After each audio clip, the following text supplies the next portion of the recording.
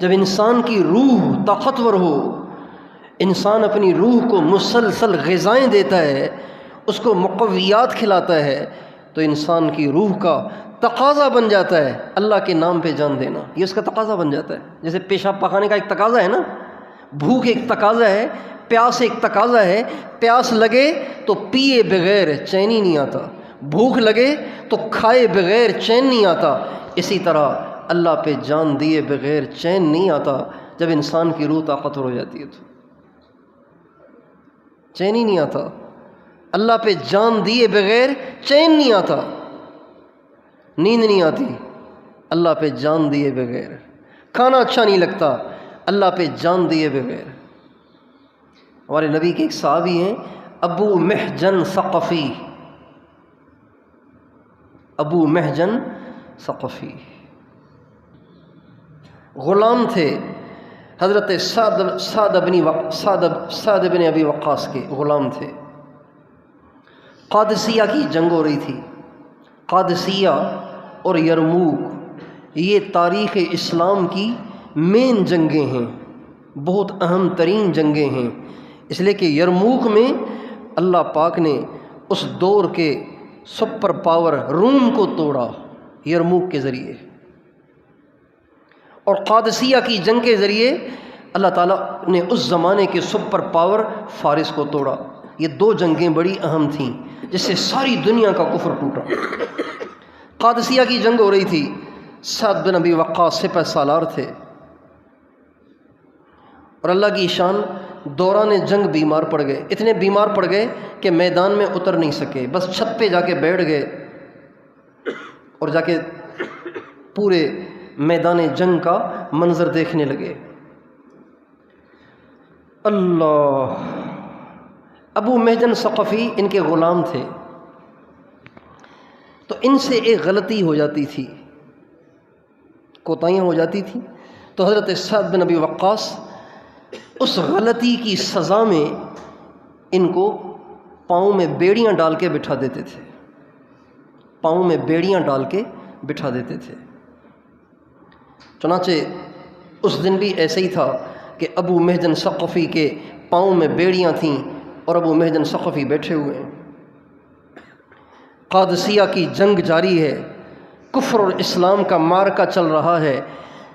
اچانک کفار کی طرف سے ایسا زوردار حملہ ہوا کہ محسوس ہوا کہ اب کفر غالب آ جائے گا اور اسلام ختم ہو جائے گا، مسلمان ختم ہو جائیں گے، اور یہ میدان کفار کے ہاتھ لگ جائے گا اور مسلمان شہید ہوں گے اور ہار جائیں گے۔ ایسی سچویشن بن گئی تھی۔ جب شور مچانا کفار کا، جس سے احساس ہوا کہ کفار غالب آ رہے ہیں، مسلمان پیچھے ہٹ رہے ہیں اور بھاگ رہے ہیں، تو ابو محجن ثقفی غلام تھے، پاؤں میں بیڑیاں بنی ہوئی ہیں، جب ان کے کانوں میں کفار کی فتح کا شور پڑا تو رونے لگ گئے، ابو محجن ثقفی رونے لگ گئے اور اشعار پڑھنے لگ گئے، اشعار کیا پڑھ رہے تھے؟ اشعار پڑھ رہے تھے، ہائے میری بد نصیبی کہ میرے پاؤں میں آج ہی بیڑیاں پڑنی تھیں، جبکہ آج اسلام کو شکست ہو رہی ہے اور کفر دندنا رہا ہے اور کفر غالب آ رہا ہے۔ ہائے میری بے بسی کہ اگر میں کھڑا بھی ہوتا ہوں تو پاؤں کی لوہے کی بیڑیاں مجھے بٹھا دیتی ہیں۔ اے کاش کوئی صورت ہوتی کہ میں یہ بیڑیاں کھول کر اور توڑ کر جا کے میدان جنگ میں اپنے جوہر دکھلاتا اور اسلام کے غالب کرنے کے لیے اپنی حتی الامکان کوششیں کرتا۔ جذبات تو دیکھیے، میرا آپ کا کیا جذبہ ہے اور ان کے کیا جذبات ہیں۔ ہم وہ ہیں جو کلمہ تو پڑھ رہے ہیں، اپنے ہاتھوں سے اسلام کو مٹا رہے ہیں، اور وہ ہیں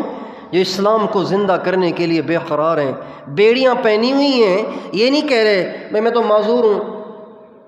میرے تو ذمہ ہی نہیں ہے، میں تو ویسے ہی بندھا ہوا ہوں، تو میرے تو جانا ذمہ ہی نہیں ہے، رو رہے ہیں۔ اتنا روئے اتنا روئے اتنا روئے، اور ایسے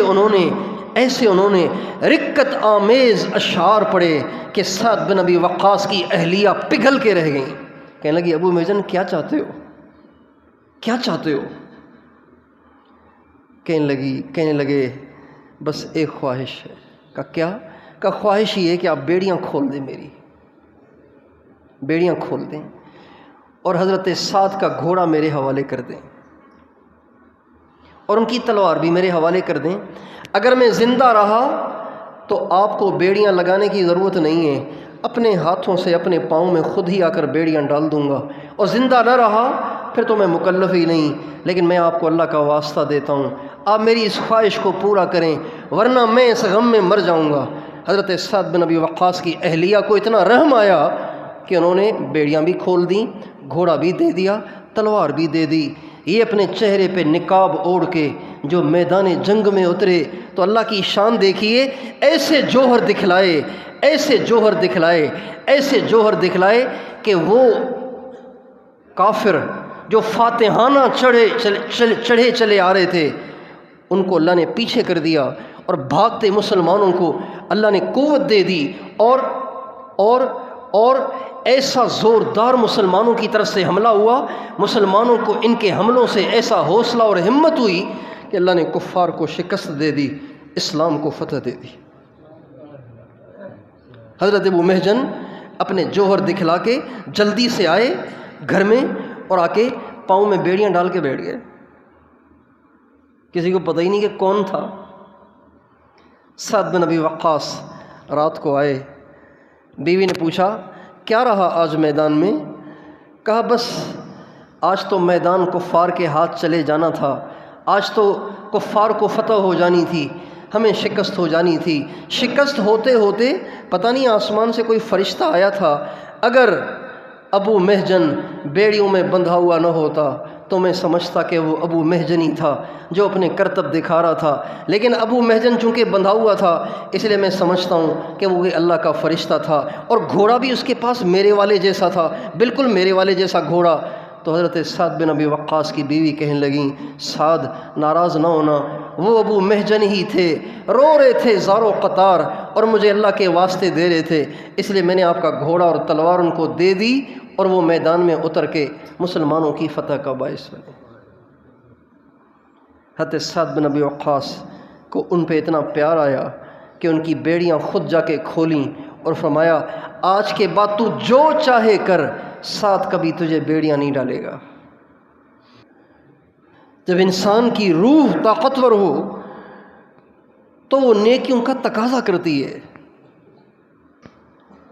دین پہ چلنا اس کی خواہش ہوتا ہے، اللہ پہ جان دینا اس کی خواہش ہوتا ہے، اور اسے ایسی برائی سے نفرت ہوتی ہے جیسے ایک عام انسان کو پاخانے اور پیشاب سے گھن ہوتی ہے۔